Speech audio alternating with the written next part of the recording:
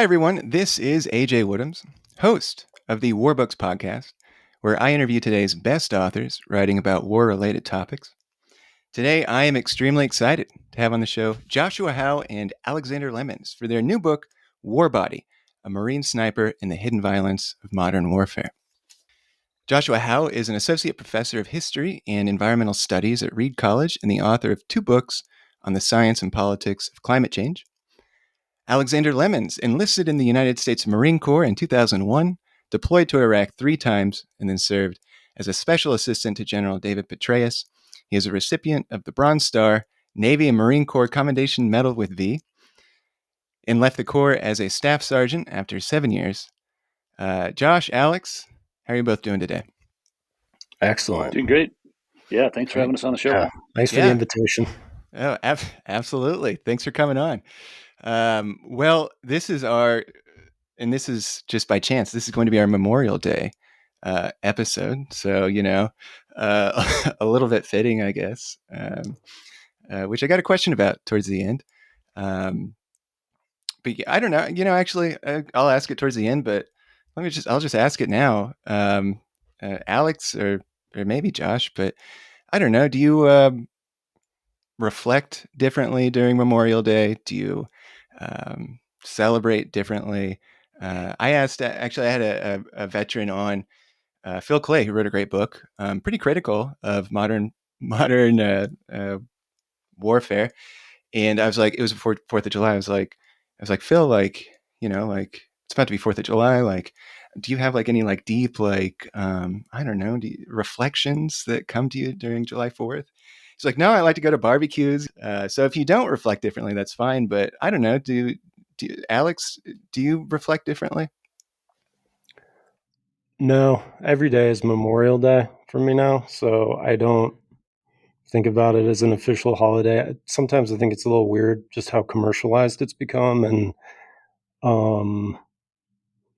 but I'm glad there's a day, maybe for you all to be forced to reflect, but I just don't like the delivery. Yeah. No, I get that. Of that. Yeah, sure. Well, maybe we'll talk a little bit more about it, later on. But yeah, Memorial Day episode here. I like to start off the interviews first by just asking, like, what's your book about? Could one of you, or both of you, if you want, one of you just tell us what's this book about?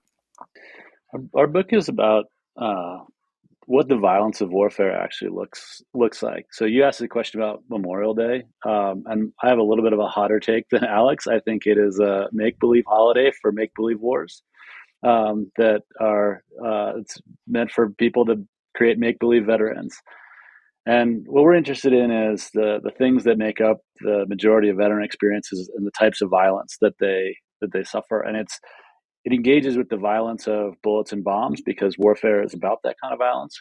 But it's really interested in the lasting impacts of those things, those types of violence you can't see and that aren't the big explosions and obvious wounds from things like lead and pesticides and other toxic exposures, but also exposure to trauma and head injuries and how those things work together to impact veterans when they come home in ways that holidays like Memorial Day like to gloss over. And that's what the book's about. So what we've done is Alex and I sat for these interviews. Alex, as you'll know, and he can talk to you more about later, Alex did 4 tours. And at the end of those tours, he started to get really sick. And when he came back, he spent about 10 years trying to figure out what was making him sick and how to get better.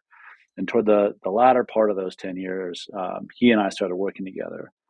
And so the structure of the book is us sort of chasing Alex through his service and his sickness and his quest for health. So through Iraq and Kuwait, and then back to the United States and through a healthcare system that doesn't know what to do with him, trying to figure out the things he was exposed to and what might make a Marine like him sick in those scenarios. It's not necessarily going to solve the riddle of what made Alex sick, but it's going to investigate the kinds of what Rob Nixon, in a very different context, called slow violence that's entailed in modern warfare. So that's what the book's about. Yeah, Alex, anything to add to that? I'll just explain the same thing a different way. So if if you want to take like the most abstract painting you can imagine, like some crazy Picasso or something from the 20th century, and it just looks like craziness and insanity, Josh and I are trying to peel back like each brushstroke and each paint color back into the tube so that we can understand like how each thing contributed to me becoming this war body. And the three main things are trauma, toxicants of any kind, and then head injuries, and have those separated in all these different chapters and then bring them back together so you see the mess of the painting again, and then you feel a lot less frightened by the mess, and you know that it's like totally just a natural outcome of all these different forces happening on one individual at war. Yeah. And also, too, for the audience, I really loved how this book is structured. Alex, you brought up a little bit about structure, but it's Alex is laughing though, so maybe you don't like how it's structured. Oh no, we fought really hard to make it this way, and the hardest part of the job was to make this thing work. So I That's mean, so as you interesting. suggest, AJ, it's structured in a way that readers won't have seen. It's in a lot of ways it's worth reading just to see how it works. We actually each write in our own voices the whole time, so we're more or less alternating chapters where Alex's parts are all memoir in his voice, and it's very distinctive, engaging writing. And between those chapters, I'm doing these deep dives into the places Alex went, the things he was exposed to, doing my best to make that make the science of those exposures accessible, and also the history accessible. And so we're going back and forth. And I mean, AJ, you have read it, so you can talk more about the reader experience. But the idea is to give a reader an experience of kind of both the chaos and the order at the same time. It can be a little disorienting intentionally, but ultimately rewards attention to both the kind of abstract scientific ideas and the individual experiences that Alex relates. Yeah. I mean, I really liked. I'm glad that you fought for that. I love the structure of it, even down to the fonts. You've got different fonts for you guys. It's like it seemed a real intentional choice to make sure you both had distinct voices, and I thought that was well done. Let's start at the beginning here. My first question actually is for Alex. Just if you could tell us a little bit about your background, where you came from, and what motivated you to join the Marines. So I am born and raised out in the West. I was born in Provo. My parents took me over to Denver when I was about one. Grew up there, bounced around Alberta, Canada, and back down here to Utah. I really had no interest in going to college. I love to learn, but I hate school. And I got a scholarship, a biology scholarship, and I could keep skiing. And that was like my real mission, was to try to make the 2002 Olympics. That didn't work out. And by the end of my college life, I was getting burned out. I also didn't have enough money for graduate school. I wasn't going to take any loans out for that. And 9/11 happened. And 2 days later, I was down the recruiting station, kind of. I was a history major and an English major. I dropped out on biology, even though I still love biology. But I kind of saw the history in the moment, and then I predicted that we would probably be in a long war, probably a confusing one. I was raised by a lot of Vietnam vets, but both like in my family and some of my professors, and I just thought, okay, this is going to happen, and I want to be there for definitely some of my poorer friends, and it just seemed like the right thing to do at the time. And from there, it took me where it took me.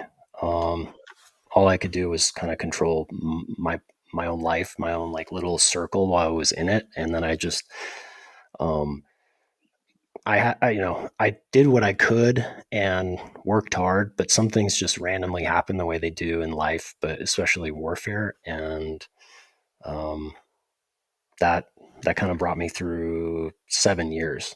I originally thought I was just going to do one enlistment. So I did the invasion 2003. I went back in 2004. This is with 1st Battalion, 4th Marines. My second deployment, I was a sniper, school trained. Third deployment, I did what's called a Western Pacific, where you just get on the boats in San Diego, and then I floated the Pacific out, kind of toured around down to Australia, up through the Philippines, and then over to Kuwait, where we sat as the operational reserve, and then floated back. Didn't go into Iraq that year, thankfully. That was 2006. And then I had re-enlisted at the end of 2006. And instead of like getting what I wanted, which rarely happens in the Marine Corps, I got flagged with recruiting, and I told the Marine Corps to pound sand, got out. And then in the winter of 2007, I got reactivated from the inactive ready reserve. I don't know how familiar you and your audience are with that, but when you sign up, especially in the Marine Corps and the Army, but you sign up for 4 years active, but there's 4 years back here that's in the reserve. You don't show up for drill or anything. You can get your nose pierced and get a little bit of a gut and a beard, but if they want, they can pluck you back. And this has been how they've gotten around the draft, or since the end of the draft in 73. But I got plucked in to go to the surge, and rather than just get placed anywhere, I volunteered to go with one of my friends to serve as an advisor to the commanding general, Dave Petraeus, and I did that for it was almost a year. I did 10 months in theater, and so I was basically sent on special assignments, or I'd basically go find information, and then I was living with special forces for most of that time, and then I came back, and my body basically fell apart, and that's what's led to this whole book. Well, what is so you were a sniper, a Marine Corps sniper. Obviously, basically, I mean, not for the entire war, but 7 years, very long time. Well, you mentioned being a recruiter though too, so I guess you I was weren't forced to do completely. that for a hot minute. Yeah. Well, just for the audience, talk a little bit about kind of the conditions that a sniper operates in. And I'm thinking about just like before we get into like the really like the toxic stuff and the chemicals and Mhm. and the burn pits and stuff. It's constant heat. You're always dirty. You're always sweaty. You're in a fixed position for a very long period of time. Talk about the actual conditions that you're operating in. It's probably I'll explain that by way of like what I would do with recruits who came to my platoon, because eventually I became the chief scout, so I was the main trainer, and I got to pick my recruits and send them through like a 1 week uh, hell week. It's kind of an indoctrination, and the thing that I was always looking for is people who can accept a large amount of boredom and have really good observational skills like sight, smell, touch, sound, everything, because most of what you're going to be doing isn't involving any weaponry. I think that this is part of like Hollywood and the sexiness of war. Most like sniping operations are actually reconnaissance and surveillance missions where you go out with glass, optics like spotting scopes and whatnot, binoculars, but also your own natural skills. And you're trying to pick up whatever is out there while the infantryman, which I was an infantryman my first tour. So that's why when I became a sniper, I knew how to support these guys and gals as best as possible. And they're, they've got a mission while they're out there, but I'm somewhere kind of hiding above them or nearby them, looking for things that they might not necessarily see with the rest of my team. And then telling them that, making a decision about that, or in like the most important cases, because a sniper operates in the Marine Corps anyway, which we no longer have snipers in the Marine Corps. So you're talking to like basically a dinosaur right now. No. Wow. They got rid of them last year. But I live in the intelligence shop. So that's the S2 because I'm an intelligence asset because I go out there and I get information, and information is what you convert into intelligence, and intelligence drives all operations in warfare. So I am out there to get the truth as much as I can, and then combine that with other pieces of information like human intelligence, where they go talk to folks, or any other kinds of information. And that becomes the bigger picture. So a lot of what we do in those hide sites, whether we're like living in the sand, living in the trees, living in a building, is just looking and seeing what's there, and then trying to put that into a bigger picture of how we can assist or how we can stop the enemy. And Well, yeah. Well, let's get into then some of the toxic chemicals and things like that that you were you were exposed to. First, question for Josh: if you could just give us a little bit of history about toxic, chemical warfare, these types of toxic exposure type agents. You talk a little bit about like going back to World War One. Obviously, you've got chemical weapons being used, and you kind of bring us up to the present day. But give us a little bit of a history lesson. Yeah, so I guess the nuts and bolts of the argument about modern warfare and toxic exposure revolve around the advent of sort of large scale ballistic warfare. And so to say that differently, like think about the scale of the First World War and the scale of the munitions that are involved. So it's one thing to shoot a few bullets and move. It's one thing in, say, the American Civil War, to be able to shoot a musket ball, reload in 45 seconds or 90 seconds or whatever it was, and shoot again. It's another thing to, over the course of 5 years, see 9 billion bullets fired, including and that's excluding all of the large scale ordnance in a warfare a context of warfare that's dominated by fixed positions. And so every time a bullet is fired, you have a release of a bunch of things that at scale can be toxic. The first and most obvious is lead. Almost everything that you shoot's made out of lead. And you have all of the particles that come off of the projectile, the bullet. So there's lead dust that comes out of the barrel of the gun or the cannon or whatever it is, and then all the lead fragments and lead dust upon impact, and that's a big deal. But the way that those things are propelled, the primers, the things that light the powder, those also tend to be lead based. So lead aerosols, and those things are released right in, if you're shooting like a rifle, right in the immediate breathing space of the shooter. And so you can see from the farmland all around kind of northern France and Belgium that's closed to agriculture, the Zone Rouge, that there's lead, there's arsenic, there's cadmium, there's all this toxic stuff in the soil that's left over from the First World War.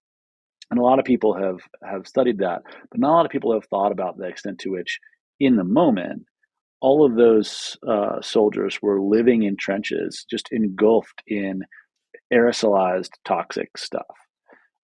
So from the get go, all of the munitions of warfare that expanded just dramatically in scale in the First World War created a situation where you have potential toxic exposures like you really hadn't had in any previous war, and that's going to continue through the 20th century. It's no coincidence that is also the era that brought about sort of large-scale neuropsychiatric disorders. In the First World War, they called it shell shock.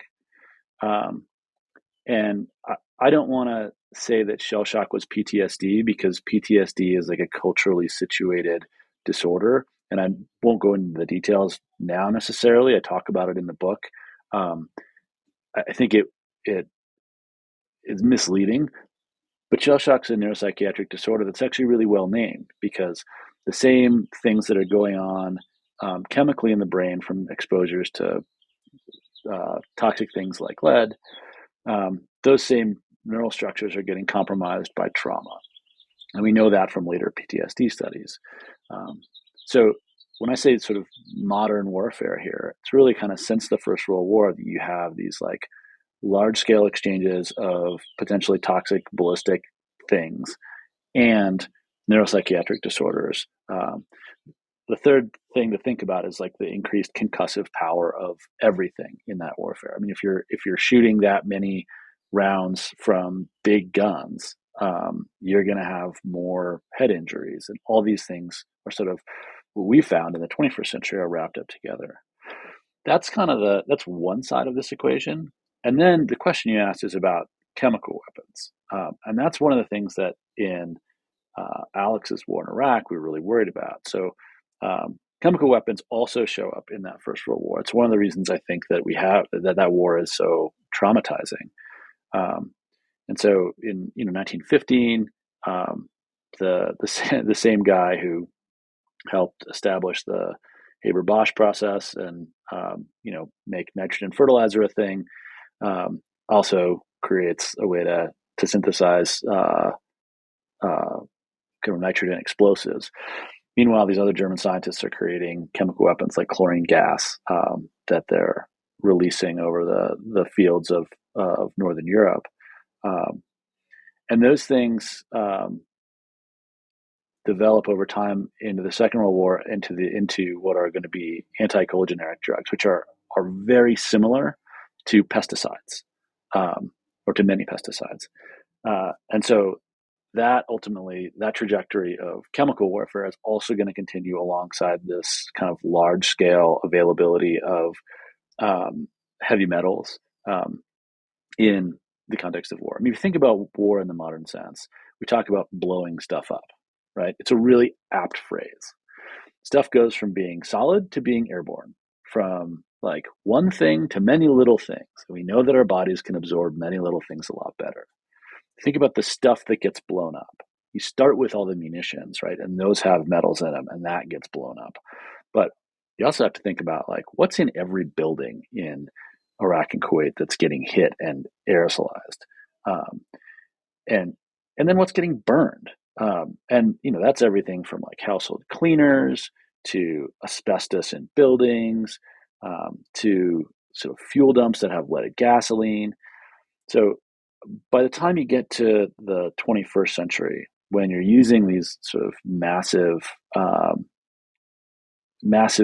ballistics devices to blow up societies that are made mostly of synthetic chemicals since the middle of the 20th century, warfare is becoming this incredibly toxic environment beyond just the sort of the fact that bullets are bad for your health. You have a lot of stuff that is suddenly available to bodies in ways that it never has been. And so that's kind of, I don't know if that's what you're looking for in terms of like a trajectory of toxicants. No, that's great. Very helpful. I had put on here just like a short list of some of these things: lead from bullets, jet fuel, fire retardants, pesticides, mercury, open air burn pits. There's just you're absolutely right. There's so much that you don't think about. Lead from bullets is not something that I would have thought about until you write about it in your book as being a toxic, a toxic material that you're exposed to on the battlefield. But yeah, you're right. Like you fire a bullet in like your face, it's right there. It's immediately all around you. I wonder, Alex, in the field, did you now? Probably the last. I want to talk maybe the last half or so about your post-war experience for our interview here. But when you're in the field, were there any obvious signs to you, or rashes, like coughing, anything that in the moment really made you think, gosh, there's something chemically here that should not be here, or some other kind of toxic substance?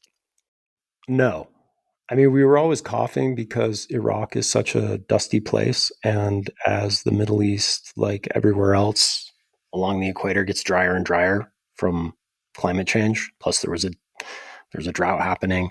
Um, I think, again, I have, or like my team and I just have a mission that we have to accomplish. And that's all that I have the bandwidth to think about during Sure. that time. Was there ever any? I got the feeling in the book that the um, marine leadership, was not necessarily open to thinking about like some of the nuances of modern warfare and these toxic things that could be going on. Was there ever a discussion that you know of, or Josh, maybe that you know of, where, for example, the burn pits, obviously, like you look at a burn pit and you're like, that can't be good to inhale. Was there any kind of discussion amongst leadership from your experience, Alex, or what you know of Josh, that that's not a good thing to do? None. Yeah, so Alex wouldn't have seen it. This is one of the things that's super messed up about Alex's experience is that a lot of the stuff was identified and outlawed in the late 90s after the first Gulf War. So there's this study that comes out, the Congressional Research Advisory Committee on the Iraq War in 1997.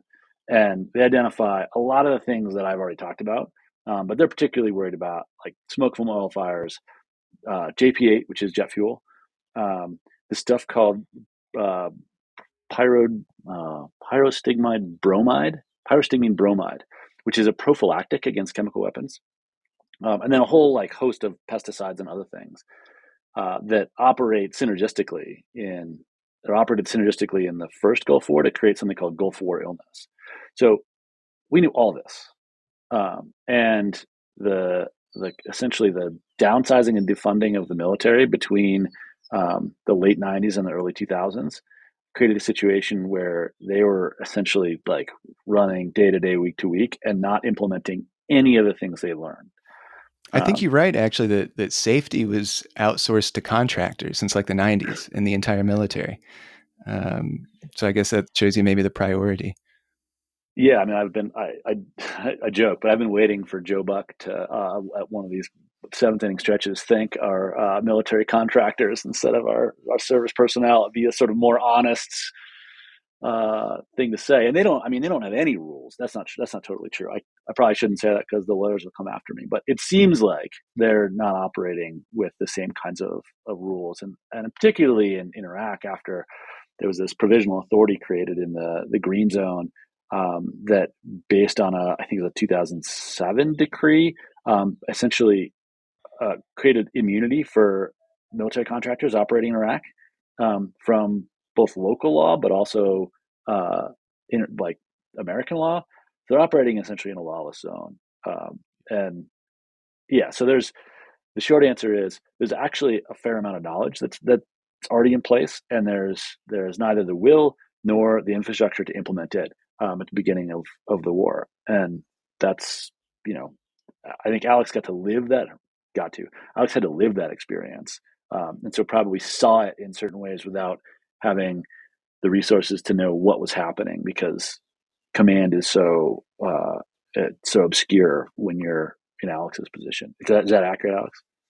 Yeah, and I also think that this is not unique to the Marine Corps or the Army. This is also like something that's happening here in civilian land. I mean, we do have the EPA and we do have like state like departments of environmental quality, but they may not be monitoring every little thing in every little school and every little house and every little activity that you're doing. And sometimes you're just going about, I need to make a living today. I got to keep the roof over my head. And you may just inadvertently do something that maybe in your gut, okay, that's a little sketchy, but you do it nonetheless. Yeah. Well, is there these things are all bad things, but I wonder if either of you would say if there's like a worst offender of all of these toxic substances. Is there one that sticks out? I noticed you started the book talking about lead. Is there one that just sticks out as being like stupidly obvious, or maybe they're all stupidly obvious? I mean, I'm going to say lead. That's why we put it up front. And it it just is, it's kind of like a gateway heavy metal. I mean, they all are, but lead in particular has such fearsome effects on memory and the way all these other different toxicants interact with the body and your emotions. And we know that from decades of studies on lead, on kids, and on adults, and like in particular in like Flint, Michigan, for example. So, but Well, you've got to fire bullets, and right. lead is just such a wonderful like way of delivering a cartridge and taking an enemy out. So it's one of these things where I think we all know it's bad, but we haven't come up with an alternative. So we'll keep using it until we find something otherwise. Well, Alex, talk a little bit about kind of, and I know there's a lot of there's a as a reader will find out in the book, there's a real correlation between mental health and physical health, and that experience for you. But maybe just talk about when you first started to realize. And we can we haven't talked so much about your service, but if you want to talk during your service or when you return from service, what were some of those first physical symptoms that you started to notice in yourself? Um, I mean, honestly, I didn't really notice it until the summer of 2010, and that's when my health really collapsed. My brother and I had moved up to Portland, Oregon, and we both got mononucleosis. And I just remember being like incapable of carrying a very like light 5 weight fly fishing rod. It felt like I was carrying, I don't know, like a timber or something over my arm. Yeah, sure. And at the same time, I was like in the kind of months leading up to that. So I got back from my last deployment in '08, but my allergies just started spiking on all kinds of random things that I'd never have a problem with, like gluten, um, garlic, pineapple. Um, but I I didn't really know what to do that. I just kind of pushed through it, or I stopped eating it.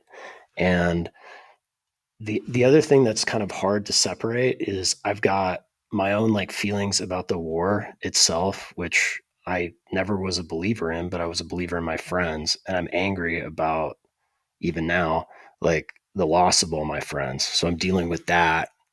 Plus, I've been blown up several times. I have a few concussions, thankfully not bad ones.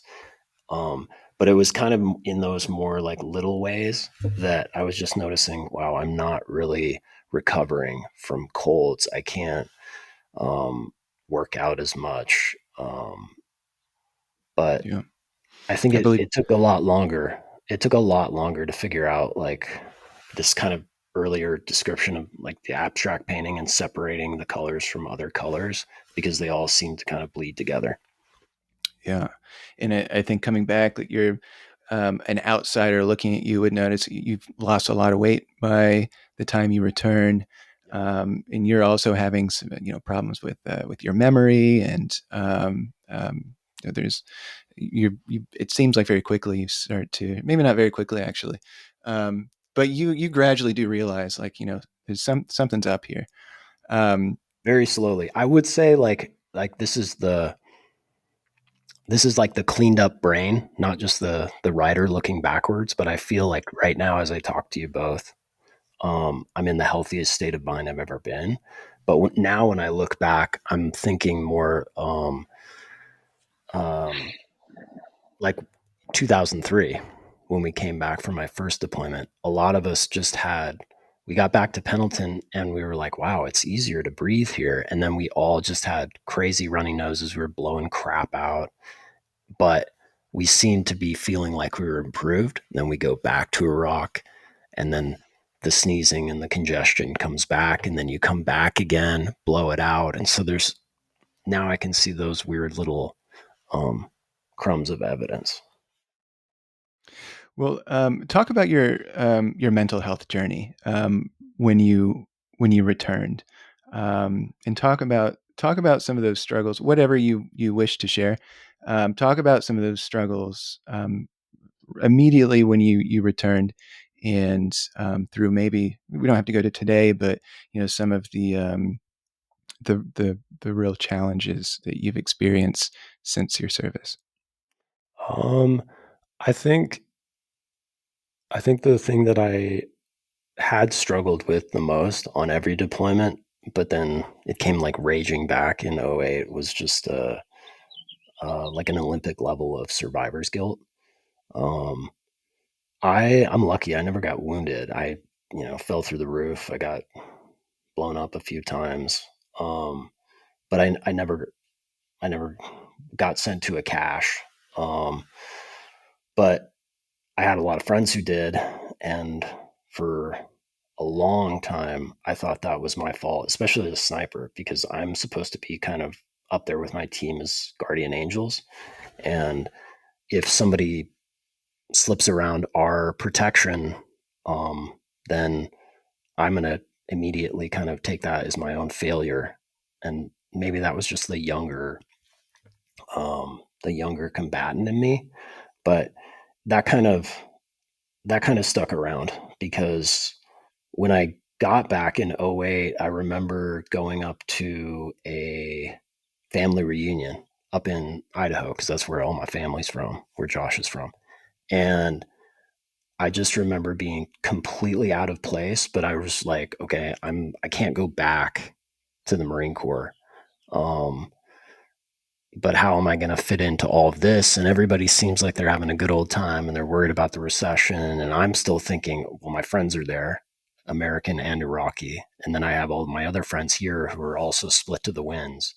And that kind of isolation, plus like I'm here, but they're not, um, it, it drove me a little crazy. And that is what activated my like my coping mechanism, which was I had a pretty severe eating disorder. So anorexia was always like my way of controlling the guilt and controlling the sorrow, and just kind of putting a check on it so that I wouldn't have to feel it at all. But like any addiction, it's going to eventually blow up in your face. And that's what was kind of already happening again for the second time in '08, when one of my Vietnam vet mentors I write about in the book, Robert Welsh, he took me aside and just said, if you don't deal with this stuff, it's gonna deal with you. And he had showed me and told me how that had consumed his life after Vietnam.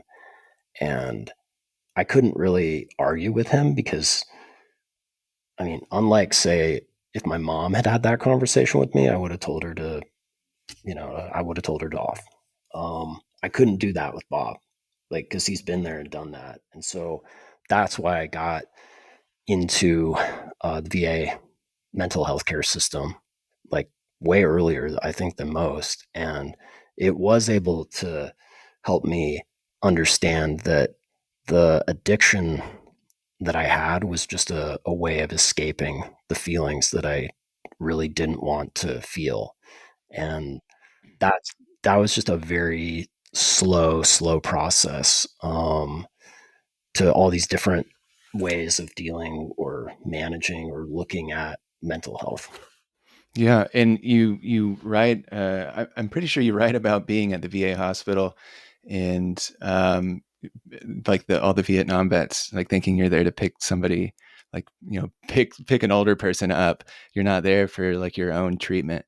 Um, so then at this time, then it seems like there were not a lot of veterans, Iraq War veterans like yourself, who were seeking treatment.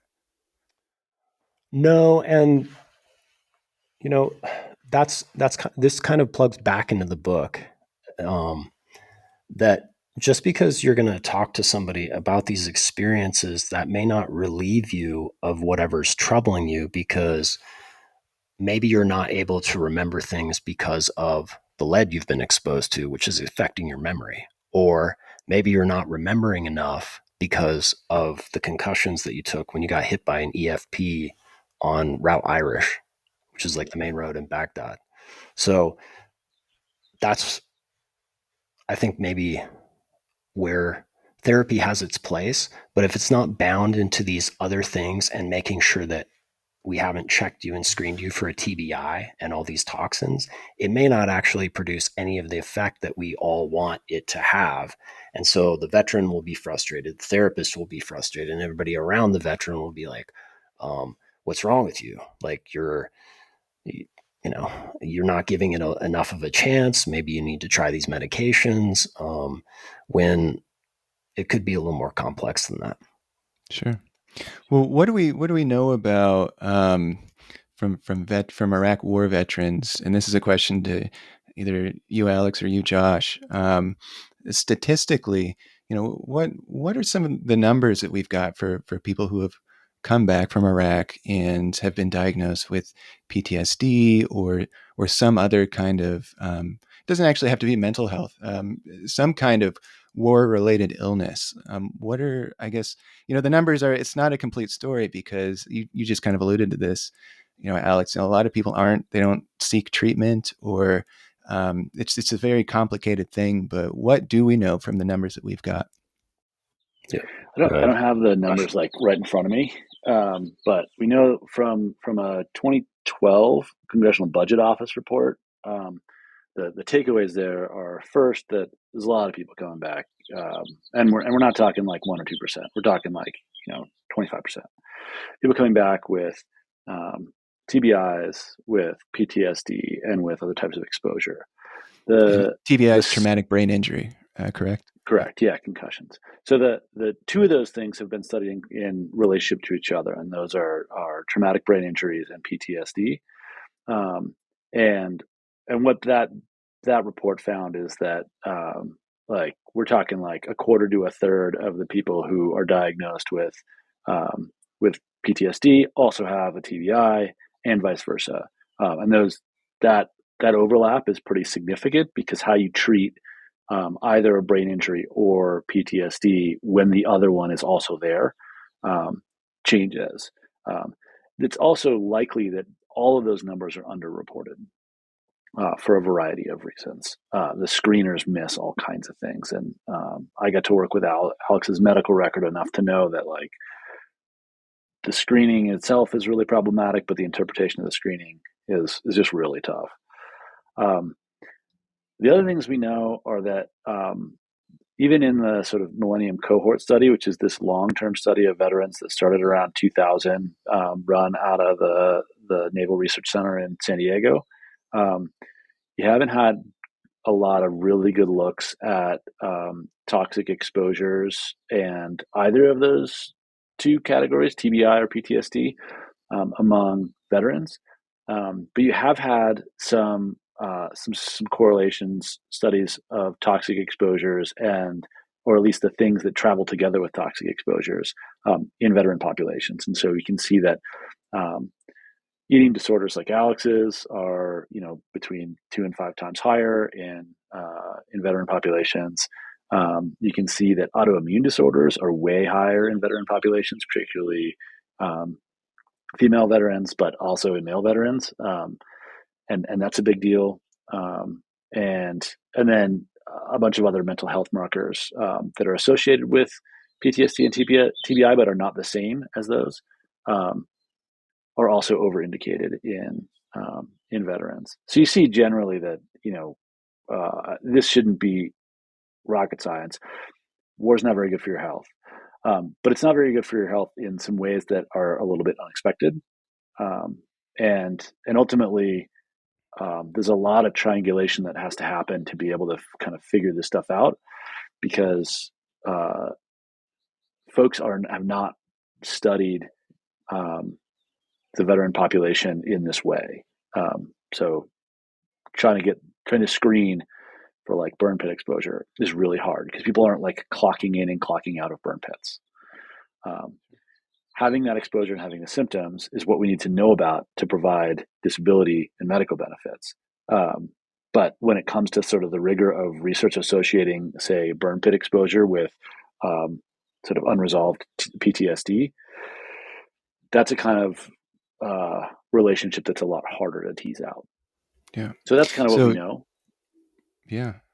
So Josh, so then you get, Alex, you become a student of Josh's in graduate school, and Josh, you're an environmental historian, so you know that there are certain environmental toxins cause certain things, while at the same time you've got Alex as a student who has got these symptoms.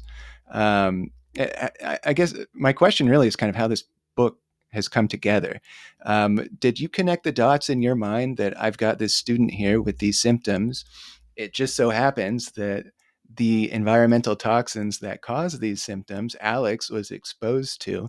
Tell me the story of I guess how this came together. Yeah, so Alex showed up at Reed in 2012. Reed College is the college I work at. And it's just sort of for reference, it is a very idiosyncratic, really high achieving, small liberal arts school in the Northwest. We may be majority queer at this point. We're generally, the politics tend to skew heavily left. We don't have sports teams. The students are really academically engaged. And our non-traditional student population in terms of age is pretty small, and we have very few veterans. So when Alex showed up in my class in 2012, taking advantage of the GI Bill, the big deal, to get this to get a Master's of Liberal Studies, which is the small master's program that we have at Reed. And he's wearing a Giants hat, so I know he's a sports fan, which is, especially then. Now it's a little bit different. I just taught a class on sports and American history at Reed, and people are owning up to being sports fans. But in 2012, none of the Reed students are wearing sports gear. And so he's in my class. I noticed him, but he'd just ghosted after 4 weeks, just gone. And I asked the director of the program about it, and she told me it had something to do with his military service and with heavy metals poisoning. And I didn't think too much of it because I was pretty new. I wasn't even a tenure track professor yet. So, but he showed up again in, was it 2017 or 2018, Alex? 2017. Yeah. 2017. And took a couple classes with me, and we got to be friends, talking about sports, but also just Alex and I. Alex talked a little bit about his skiing background. He's a freestyle skier, a bump skier. We were sort of kind of remarkably disconnected in a very small universe, where I was on the ski racing side growing up in Boise, and we would have been we must have passed each other in 15 passenger vans in the middle of the night on the highway going to events. I also did on a the ski double in lift. English and history. Yeah, we were studying on the ski lift. So we had stuff to talk about. As Alex started to tell me his story, I was pretty interested in it. I was working on this project about how, and I'm not going to go too far into this because it gets pretty esoteric, but I was looking at how American foreign policymakers during the Cold War were essentially redistributing toxic things around the globe by thinking about what strategic minerals they should get where. And so making it possible to be exposed to high levels of manganese in Salt Lake City, when that's not a place where you have naturally occurring really high levels of manganese. But I had this list of metal of materials that could potentially be toxic from a 1952 document that I've been working with. And Alex and I were talking, and he had just gotten this hair test that now, in retrospect, having done a lot more research, I actually don't think is a great test. But at the time, he showed it to me, and I looked at these lists next to each other, and I was like, these are really similar lists. The metals that this person thinks are in Alex's body there's a lot of them that I'm looking at in this other context that are being sort of shipped around the world in the Cold War and making people sick.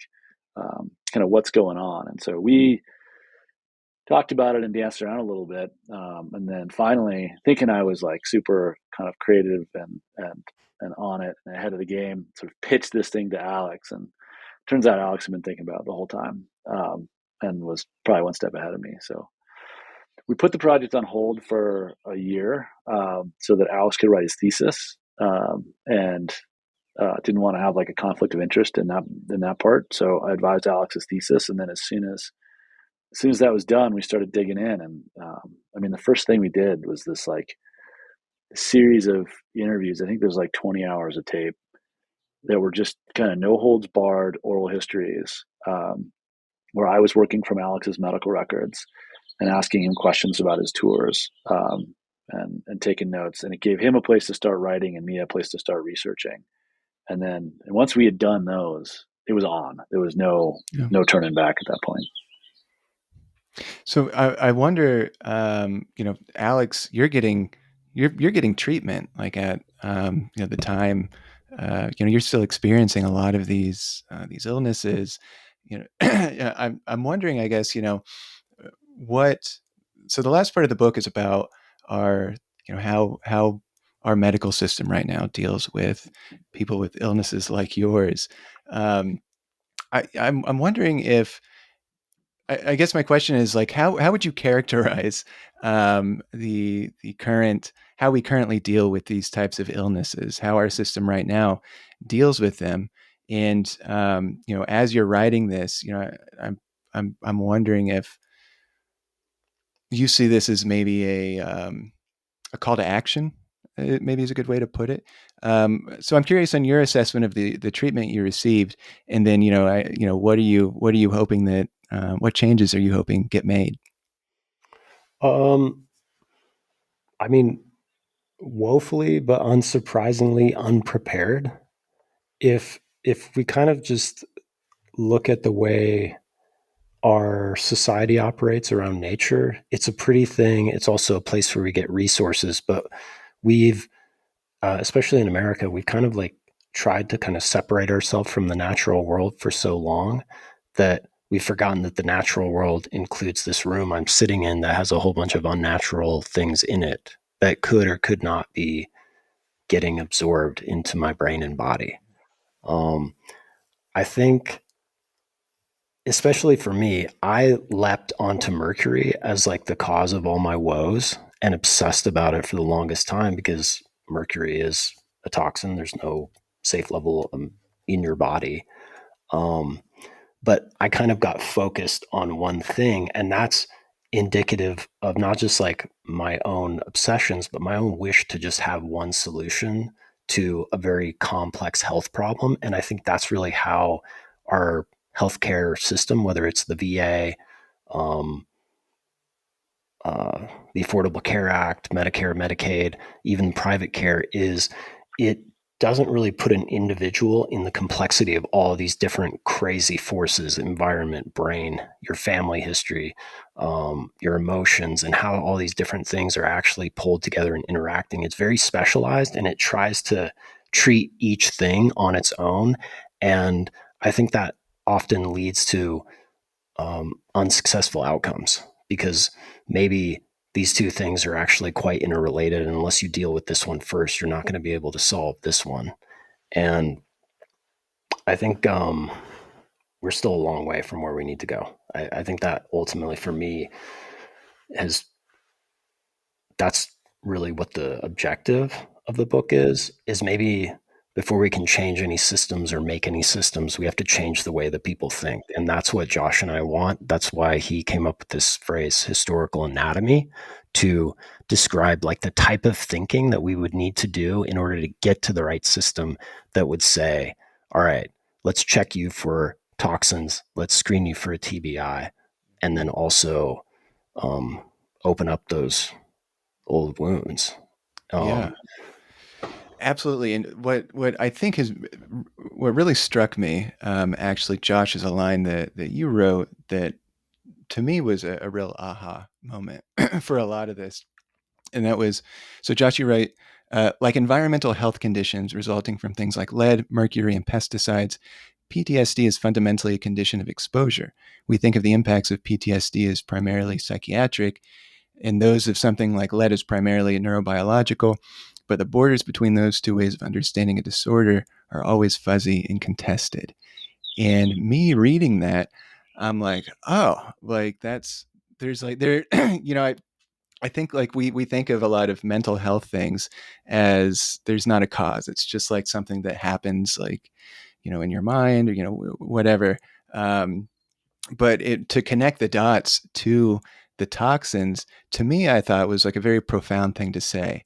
Talk a little bit more, Josh, about like what we know about the connection between these toxins and the illnesses that Alex has suffered.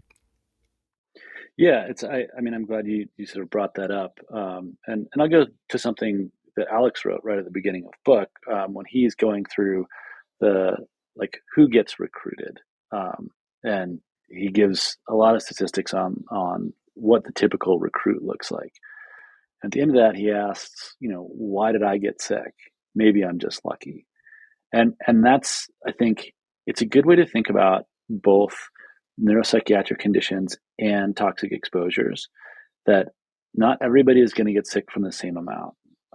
And not everybody is going to have the same kind of experience with that sickness. And so with something like lead, the CDC is going to try to come up with, for very good reasons, like a dose response curve, that says this much lead is going to do this much bad to you. And the reality is that different people have a bunch of other different things in their bodies that they might be responding to lead. They might be more or less sensitive to lead. And the exposure is really important in kind of understanding what the potential response is, but the response itself is part of a whole person. PTSD is very similar. So they did this really famous study in Detroit where a huge percentage of the population were exposed to what are called potentially traumatic stressors, but which one researcher calls traumatic exposures, which I really liked. This one, Rachel Yehuda. And in that population, there's a really low incidence of PTSD, despite being exposed to trauma at such high levels. It is a condition that is expressed based on a bunch of other things, right? So Sebastian Junger recently wrote a book about in which he argues that in historical periods, warriors with some specific social functions and community within their tribes experienced less of what we would call PTSD than modern warriors might. And I haven't sort of dug into his evidence, but the idea is that this is like a culturally specific condition. It's not to say that it's not real. It's very real. But the things that will make you respond to it are contextual. The same with toxicants. For example, if you've got a little bit of lead in your body, it might do one thing. If you've got a little bit of lead in your body, but you've also been exposed to mercury, it magnifies what that lead does significantly. So the I things think that you're right are about that, just even like mild stressors too, when combined with yeah, some of these things in your body, have these types of triggers. and so it's synergistic, right? Like the things that a modern warrior is exposed to are operating together, and they should be understood together on the front end, and they need to be treated together on the back end. And that's, I think, kind of the bottom line of the book, if there is one. Yeah. Well, why do you think that? And this will be my last question. Thank you both, by the way, for your time and for being very generous with your Sure answers. thing. Um, this question might have a super long answer. Why do you think modern medicine can't address these problems? Why aren't we able to easily treat these types of things? I don't think can is the problem. I think that, so we have a medical system both in the VA and elsewhere that's rooted in sort of bureaucratic structures that are captured by a profit imperative. For years and years, the VA was a potential exception to that. Like when the VA was really beginning to be strong in the late 1990s and early 2000s, the VA was where you would go to be able to get an integrated approach to a whole person. There's no better institution, I don't think, than the VA for being able to do this.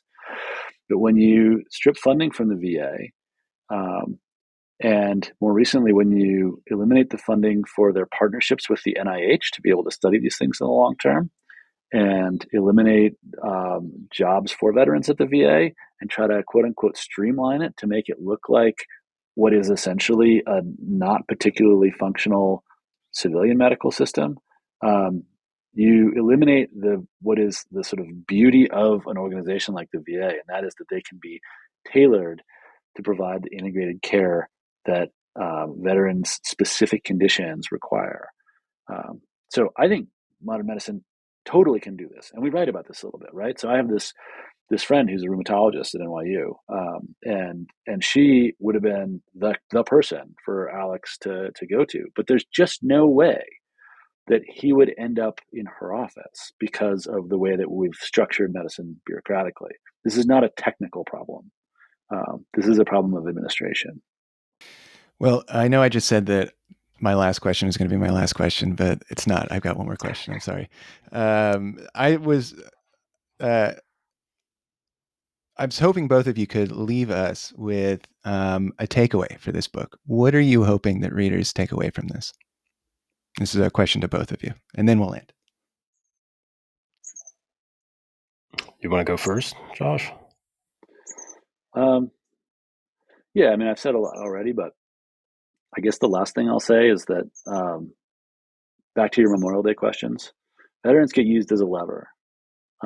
They are a talisman, and they are this like fictional one-dimensional thing that gets used in politics for a variety of reasons. And if nothing else, following Alex's history of service, sickness, and exposure gives a window into the not just what it's like to be at war, but what it's like to be a returning veteran and then civilian in a modern world that doesn't necessarily pay that close of attention to what that veteran experience is like. So if there's nothing else to take away, it's to take away that Alex, like every other veteran, is a whole person. And treating veterans like whole people isn't just a medical imperative. It's also a social imperative. Yeah, I like that. I second all that. I think Me too. The thing that you should take away, even if you're not a veteran, is that you too have a war body, because maybe you haven't gone through these experiences, but you may have grown up in a home that had lead paint. You maybe have experienced high amounts of sexual assault, and maybe you were in a car crash and have an undiagnosed TBI. So everybody is walking around in their own war body. It's just matters of severity and degree.